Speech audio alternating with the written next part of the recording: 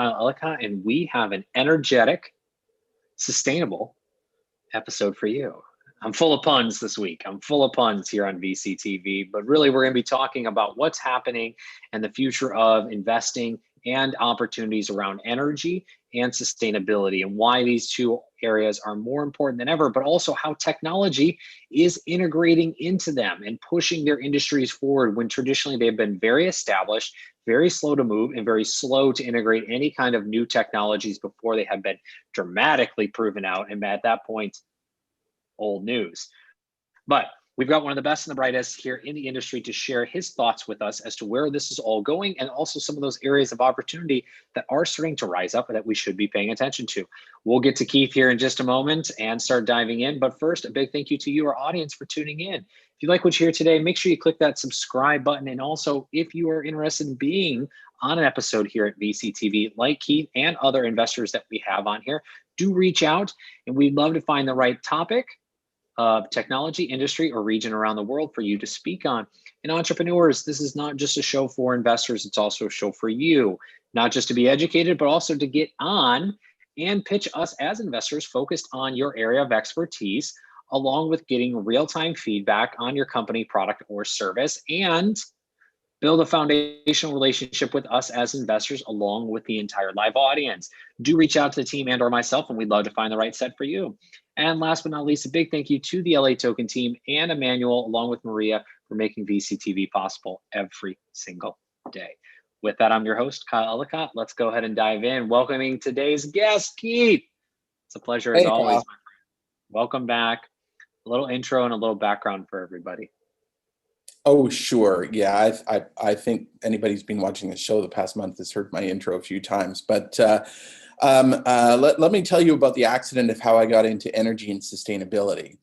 I spent the 90s as an entrepreneur, starting out just by getting a couple of hits on the radio, and then people started hiring me to produce their records. So I formed a record label and I ran a nightclub, and then that led to a software company, blah, blah, blah, blah, blah. Out of that, I was headhunted by Mitsubishi Corporation to start up and run their Canadian venture capital activities.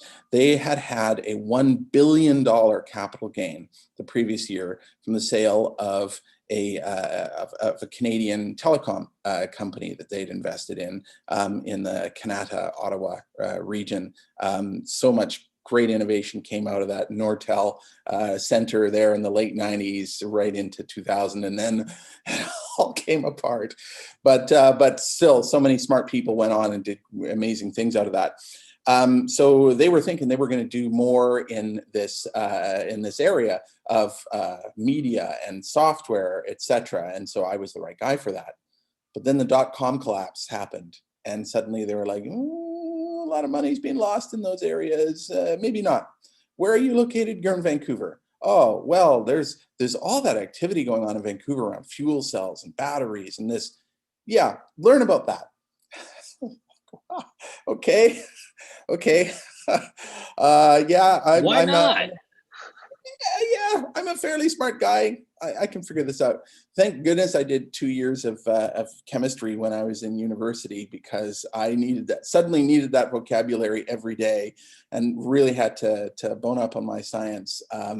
Yeah, I'm fascinated with it. It's fantastic. And that's what I ended up doing for 5 years there, was entirely what we later called clean tech. It was all energy and sustainability. It was environmental tech, soil remediation, water. It was a lot of hydrogen and fuel cells, a lot of batteries, solar, biofuels, all this kind of thing.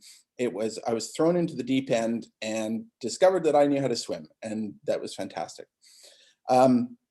So that's how I got started.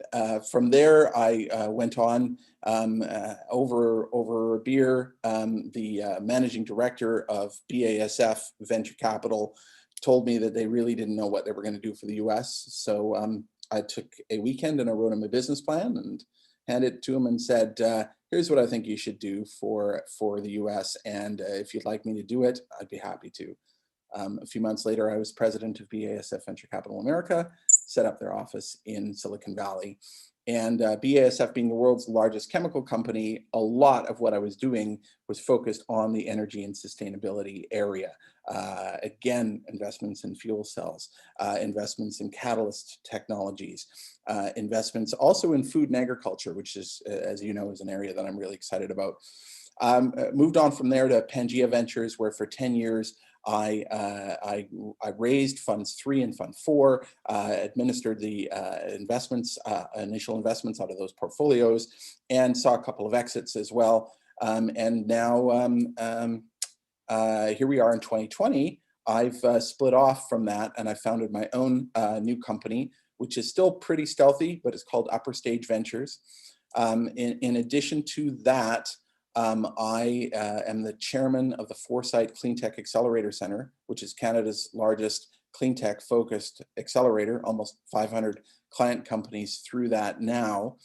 I have just completed developing a new investment thesis for a group that I can't name yet, but had me develop a new cleantech energy and sustainability investment thesis, which I'm actually really excited about, and I think it's a winner. It's different than the investment thesis that I have for Upper Stage, but I do think it's a winner, and I'll be happy to talk about some of those findings today.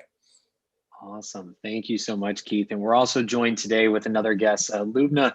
Welcome. It's always a pleasure. Love the background as well. A little intro and a little background for everybody. Yes, hi, I'm Lubna Dajani. My background is in systems and design. My interest is, as a technologist, is at the intersection of where technology meets humanity and the experiences we create. I have a lot of interest in, I'm not big on sustainability. I think we're not ready for sustainability. We are, what we need is to get to some regeneration so that we can be sustaining the right thing. That was a sort of a joke, but I think we have a lot of work to do to regenerate the planet, the environment, at large, society, and us individually.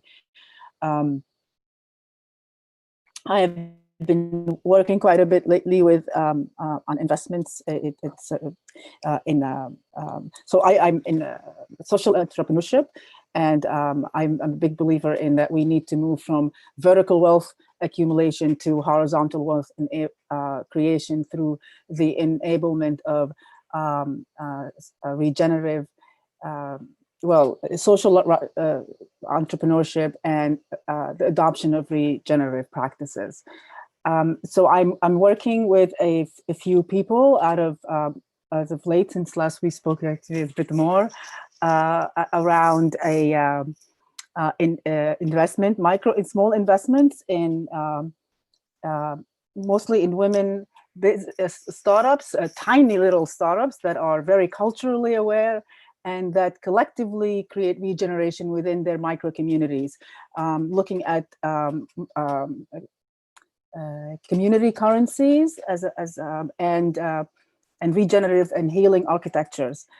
So working on creating environments, buildings that are contextually or environmentally aware and that are holistically are not just a domicile or a place to live, but it's also the building itself has built-in waste management and turning waste to energy.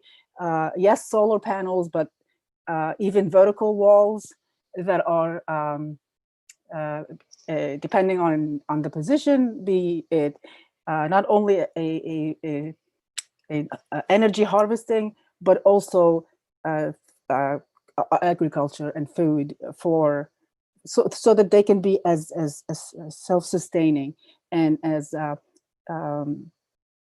cleaning of the environment, a better word right now, that they're in.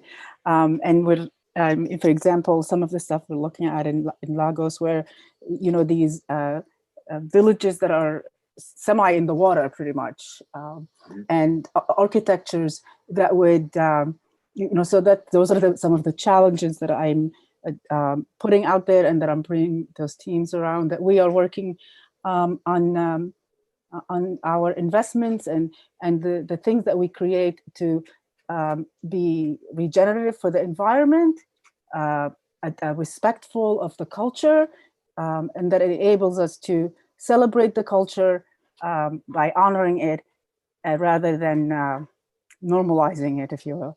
And a bit more, but I'll stop now.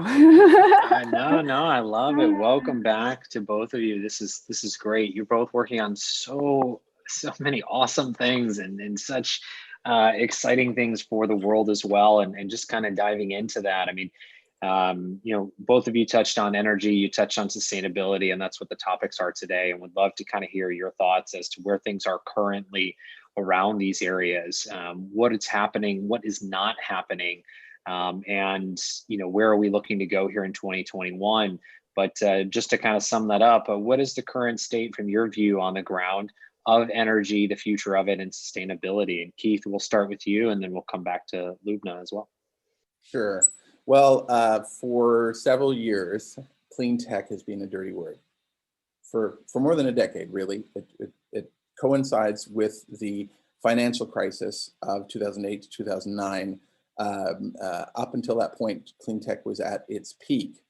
And then since then, really terrible. The 10-year returns around clean tech venture have been atrocious. And that's largely been driven by very large capital intensive plays like Solyndra that took up billions of dollars and then failed. And the signal produced by that enormous, those enormous investments and then failures completely obscures all the little wins that happened.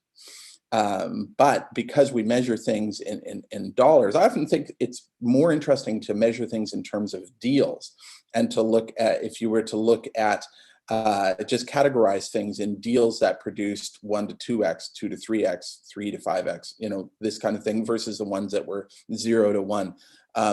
And that would be a very interesting way to look at this. Because of that, it's a big part of what I'm focused on right now with this new investment thesis I've developed, which is around capital efficiency in clean tech. And a big part of making that work is business model. But going back to addressing your actual question, after more than a decade of being a dirty word, clean tech really rebounded. And we are seeing more deals and more dollars. We're seeing both early stage and commercial stage, growth stage investments going up in the space. And that's fantastic to see. The returns, of course, were really depressing for any of us who are optimists and care about the planet, because we all like to think that if you do good, you're going to do well, right? But unfortunately, we did a whole lot of good, and my own track record is quite good, and I know people that have great track records, but the billions that were lost on those big plays have obscured that and left a bad taste in the mouth, especially of LPs. So clean tech funds have had a tough time getting going. But I do think now we're seeing a lot of smart investing. We are seeing some exits. This trend of SPACs going on this year, fantastic way to take commercial clean tech companies out and public, where there are great stories. And I'll be happy on the show today to talk about some specific success cases. Awesome. Thank you. Lubna, to you. Current state, what are you seeing happening? I think everything he said. I'm dying to hear some more of what because I am doing it more on the grassroots and on an integration of different technologies and behaviors and social interests around sustainability, to create a hyperlocal regeneration and well-being.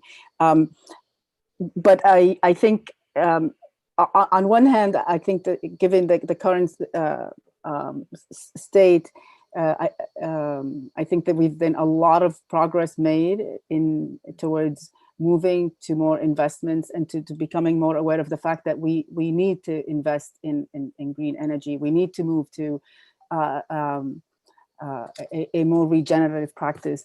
And energy, as you know, I'm a technologist, but what comes more important than what feeds technology is what feeds us is energy and energy sources. And if we continue on the way we were, we're cutting our own nose to spite our face. Is that how that saying goes? But I think you'll see that there's been a lot of movement to with the green laws and what have you to green investments, and there's some great stocks that are moving up. I get concerned a bit about in light of COVID and the distraction that it's been used to move us a bit more to consuming things that are less regenerative, but we have no choice, thank God, at this point. And I think that's become evident. Well, and switching gears to around energy storage and harvesting, which you've both brought up. I mean, Keith, talk to us a little bit about what you're seeing in the energy storage space. I know this is something close to your focus and heart right now. Talk to us a little bit more about what energy storage is and kind of where the state of that is going. So what is energy storage? Well, I think its name is self-descriptive. The problem that it addresses is in clean, renewable energy, you are generally speaking with intermittent sources. You know, the sun goes down at night.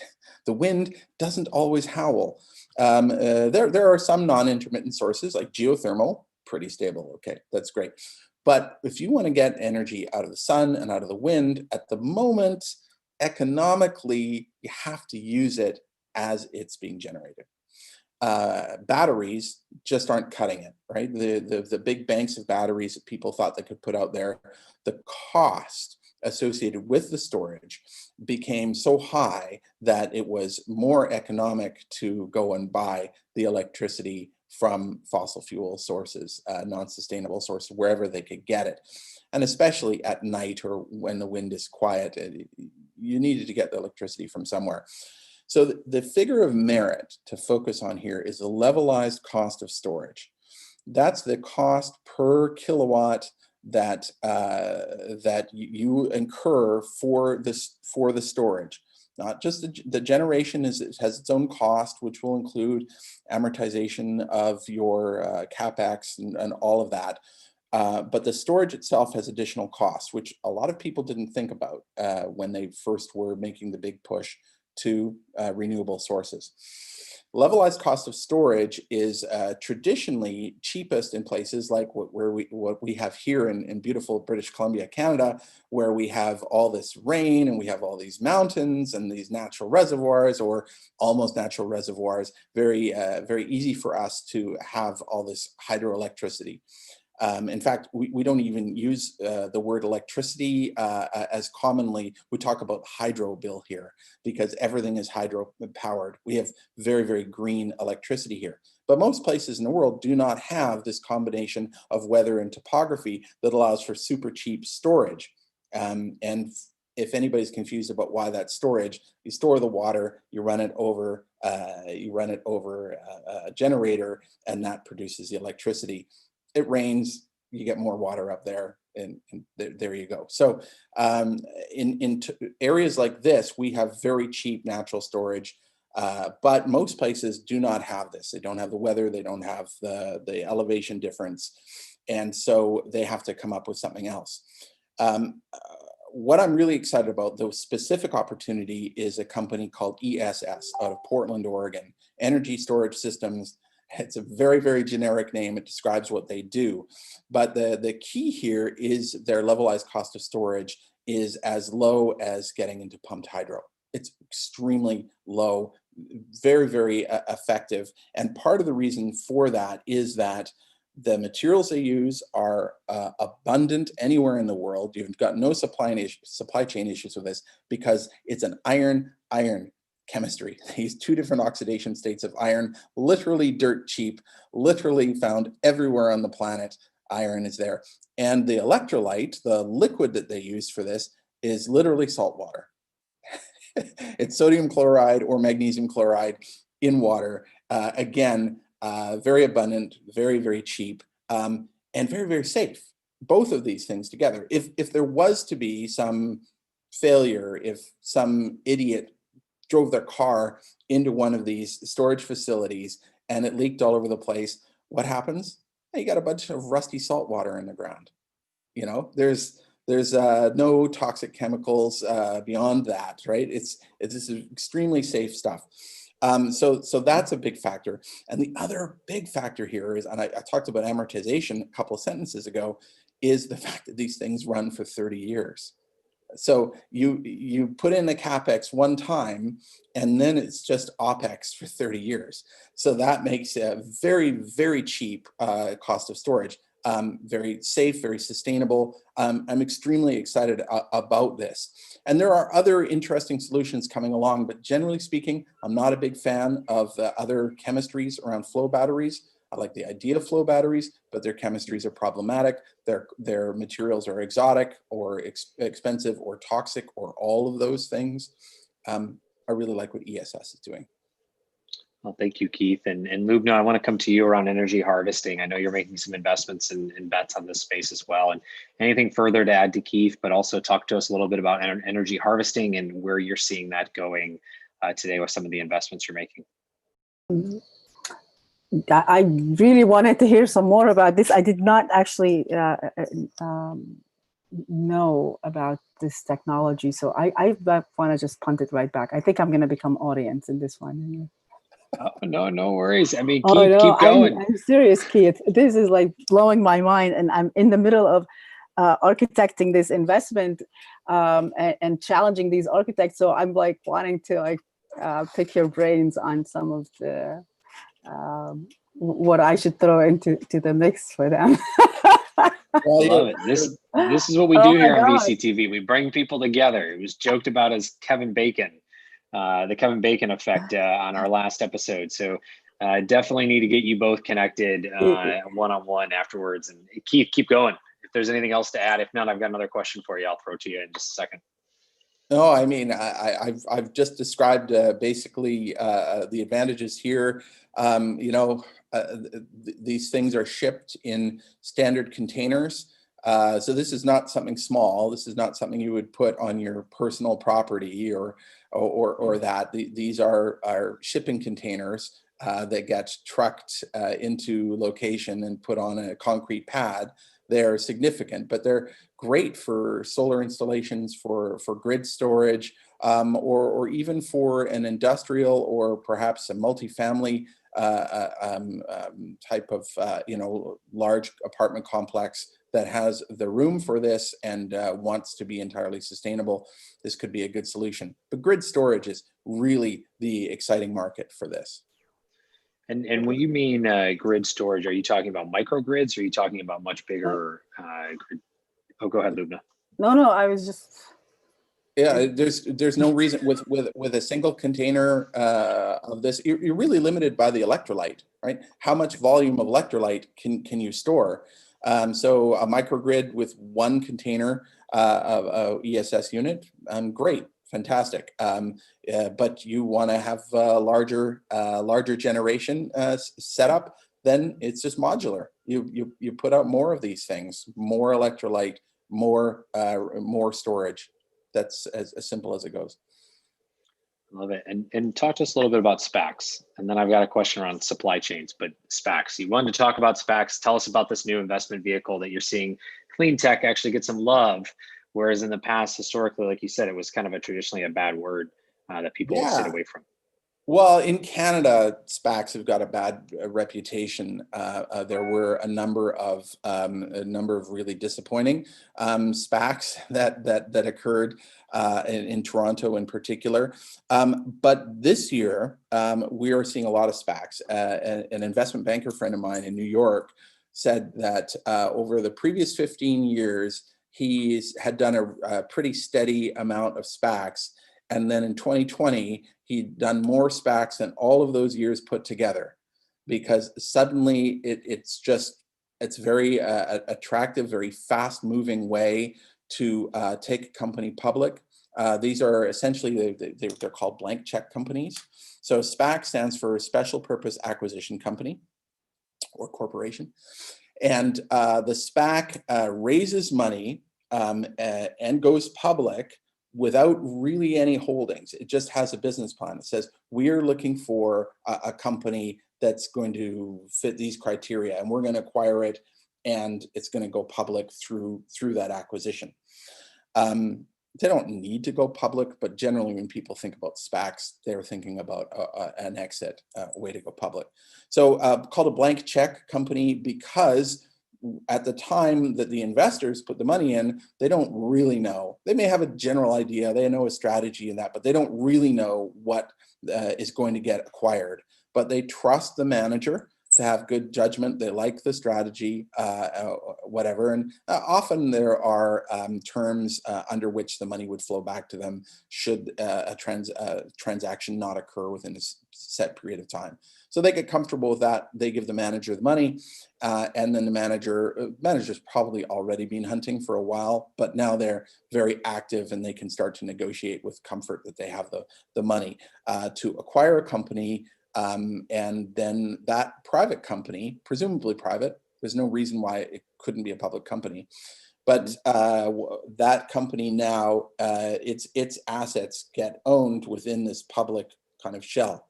And suddenly you suddenly have a public company that has the history as a private company has moved now into this public vehicle. And money, there's a lot of interest in this area right now. Apparently it's very easy to put together tens or even hundreds of millions. I've heard this now from multiple investment bankers that this year there's just a lot of interest from high net worth individuals and family offices to back these kind of vehicles. This becomes a very interesting opportunity for clean tech when, right now, Kyle, you've got this election going on right now where, COVID is the number one thing people are talking about right now, but climate change is never really out of the discussion. It's a major factor. Clean tech is back on the on the uprise. People are very aware of climate change, all these hurricanes, etc. This makes it kind of a hot and sexy topic, something that stock promoters can get behind, and that's why we're seeing these things happen. I'm really excited because I think it's going to result in a lot of exits in the space, not just for me and for my funds, but for everybody. And as the space wins, the planet wins, because we all need clean energy and sustainability to happen if we're going to continue to enjoy our planet. Which is also something Lubna mentioned as well. And before we get to that point, real quick, sustainable supply chains. We talked a little bit about this climate friendly or climate first supply chain, something that, or green supply chains, depending on where you may be reading about it. Talk to us a little bit about this. Why are these important? What are the trends that you're seeing going forward? Is this something that's real? Is this something that companies are going to have to do? And then Lubna, I'm going to be coming to you here in just a moment, and then we'll come to wrap. So go for it. Sure, thanks. So supply chain is the focus of my new firm, Upper Stage Ventures. We are acquiring companies that are impacting the supply chain. There has been a trend towards grow local for food over the last several years, and that is increasing. I would say awareness of it is now reached the layperson, whereas when I first started following it, it was only the people that like to go to the local market or the organic section of the grocery store that really paid attention to it. And now a lot of people are. So we started to see the trend become mainstream there, but COVID has pointed out deficiencies in the supply chain, in particular an over-reliance on China for all kinds of manufacturing activities. And when China shut down entirely, primary sources, secondary sources, the raw material suppliers that provided to both of those, all of those got shut down. And so there has been a move towards distributing the supply of raw materials, but also of components that go into a finished good. Again, it's more like the grow local movement. There are people that are companies that are increasingly looking to control or mitigate the risk in their supply chain by having local providers. One of the companies in the Pangea portfolio is a company in the 5G kind of space. And one of the big things that was most exciting to us was that the supply chain through fluke of history were all very local. All of the major components that were being provided to them were all there within driving distance, and that made a big difference for them. They were able to continue to produce and provide through 2020, whereas other groups that were dependent on China had a great deal of difficulty. Wow, and thank you so much for sharing that. Lubna, I want to come to you in terms of everything you've heard today and what Keith has mentioned, a lot of the things that you're working on in terms of investments, but also on the architectural side, as you are brilliant and one of the experts in that area. I do know that, so I'm shamelessly promoting you.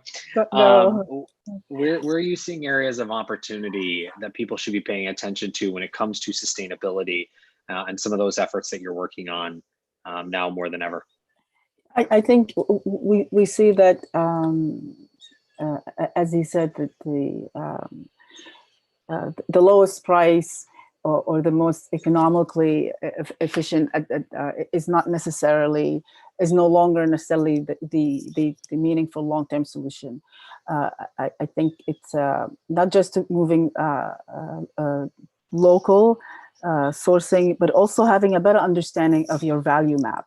So enterprises are needing to beginning to move more towards having a sort of knowledge mapping and value mapping rather than just a supply chain mapping, so that one can have a more responsive and a greater awareness of where the value comes and what the value chain is that would take them to delivering their products and or services. So in applying technologies and new thinking around their supply chain and how they can be a bit more aware of their immediate effect, immediate environment, and the cause and effect of where they source and how the materials that they're sourcing are being created, or how they're being harvested, or where they're coming from. There's been a lot of, I work with other companies that are now becoming, that are delivering great around supply chain for agriculture, where you can not only have a traceability and an individual can know where that piece of fruit has come from, but also enable the actual farmers to be appropriately remunerated for their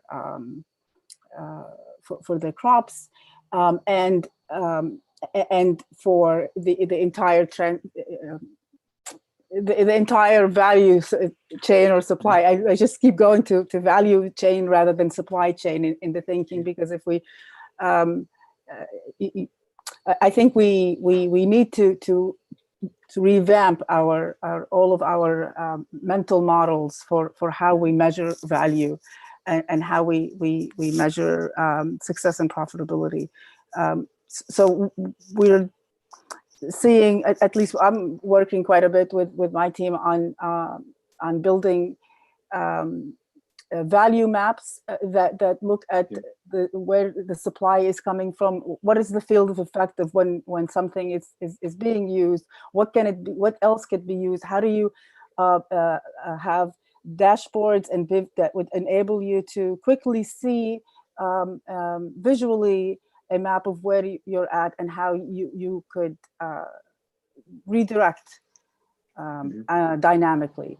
So a lot of really good use for blockchain technology, and a lot of need for authenticity, and so I'm not a big fan of tracing people, but for tracking the, products and through better embedded security in the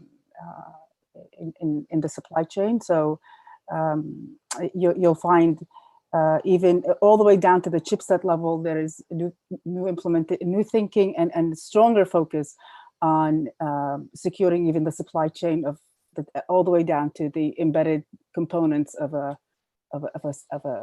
sensor processor, what have you. And thank you, Lubna. Keith, to you, areas of opportunity quickly that you're seeing that people should be paying attention to as we come here to close in just a moment. Sure. Well, let me go off of what Lubna was saying there. Value chain, it is important, thinking about that. And yes, supply chain is my theme, but thinking about value chain is, I believe, a big part of why clean tech failed in the first decade or two that we were investing in it. It's because these companies were largely focused on energy, which is the ultimate commodity, right? An electron is an electron, BTU is a BTU, right? And they thought that people would be willing to pay a green premium, but that was a myth. That was wishful thinking. Hardly anybody is willing to pay that. Maybe Counterintuitive projects that have PR value, but not on an ongoing basis. So if you think about things in terms of a supply chain and not just acting at the beginning of the supply chain, but how do you manage to capture more value? Because there's the end customer. This person that sells to the end customer is the one that captures the lion's share of the value that is generated. The commodity provider over here, or the subcomponent provider over here, they only get a fraction of the overall value, which is dependent on their inputs in order to deliver to the consumer, but they don't really get the benefit. So if you can find models whereby these clean tech or other companies are able to produce what they produce, but capture more value along the value chain, they can control the margins. They can, they're not treated as a commodity. One of the big ways to do that, I believe, is to shift their business model. If they can shift their business model from material sale or equipment supply to service, they can really win. And the example I'll give here is Carbon Cure. Carbon Cure is a company out of Halifax that their process injects CO2 into concrete, and it makes it, for these nanocrystals, it makes it much stronger. And because it's stronger, you need less cement going into it. And so that's cheaper, it's lighter, and of course cement is responsible for 18% of CO2 emissions globally. So you have a big impact on that as well. You're using CO2 to save CO2. At first, when we first looked at the company, they were using this to make masonry blocks, and they were selling them, and that was great. Oh, here's a sustainable masonry block. It looks just like a regular masonry block. But after they got into proper concrete production here for architectural installations, ready mix concrete, I should say, they initially were selling their equipment, and some people were buying it, and that was good. But the big change, where they really went exponential, was when they started supplying that as a service. They said, here, we're gonna just provide you with the equipment. We're gonna install it, and we're gonna charge you for every cubic meter of concrete that you produce. And here's all the benefits that you get, and we're just gonna charge you from it. Their customers were in the black from day one. Always happy, never having to wrestle, oh, where are we going to come up with those X dollars to buy this equipment and all that. No, that argument's taken off the table. Customers are in the black from day one. Carbon Cure is able to defend their pricing and grow very quickly, because once a customer see it works in one location, they want to put it in all of them. So moving to a service model, I think, is the key to making energy and sustainability clean tech work. Thank you very much, Keith, and thank you, Lubna, as well. We are here at the top of the hour, so I want to make... I love this guy. I connected you guys via email, so make sure you you check left that. me completely stuttering and speechless. I really need to talk.